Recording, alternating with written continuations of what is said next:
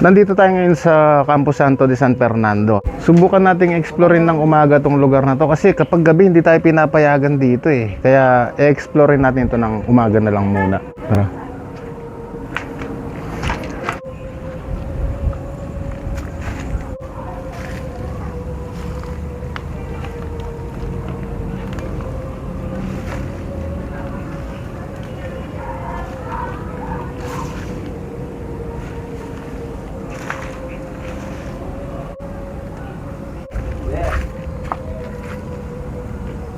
Pasok tayo rito.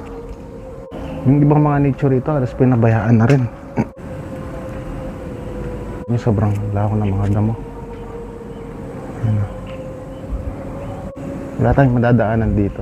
Balik tayo doon.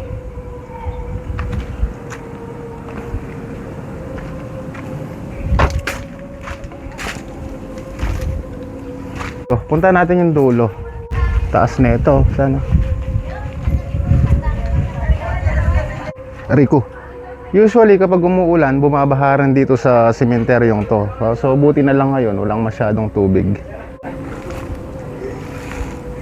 May takip pa ng ataol, oh.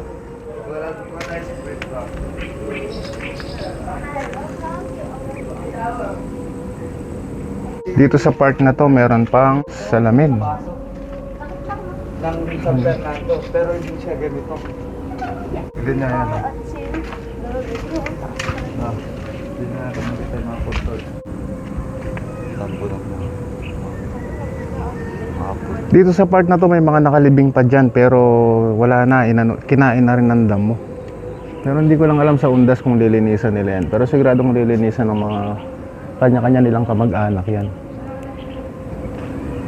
Yan, no? Yan.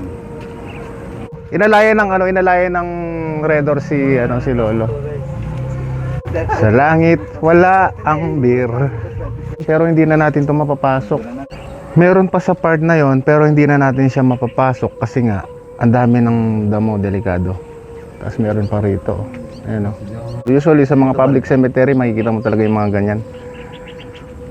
Ang dami ko nang pinunta na public cemetery, halos merong mga ganyan na merong mga ganyang senaryo. May mga ataol na nakakalat, ataol na nakabalandra.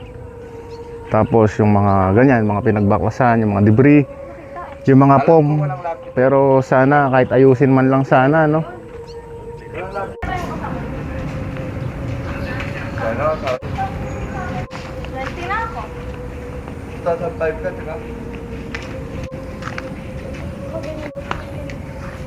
Doon sa gitna, meron pa rin, no? Dito kami mag-ihat dito dyan. Yung unang-unang vlog na. Racket tayo. Dahan-dahan kayo, baka madulas kayo, ha?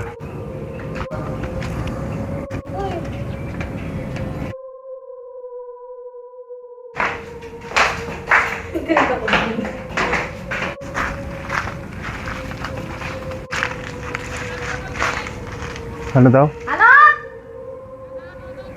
Sasarado na daw yung gate. So, pabalik na tayo, guys. Isasara ng araw kasi yung gate. Kaya nga ganun, gusto namin tong i-vlog, overnight vlogging, pero hindi kami pinapayagan. So, tinawag kami ngayon ng sepulturero. Ayun yung sepulturero, oh.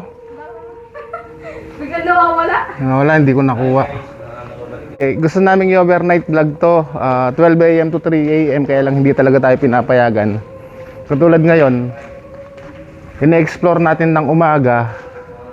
So, anong oras pa lang? Alas 5 pa lang. Tinawag na tayo para palabasin.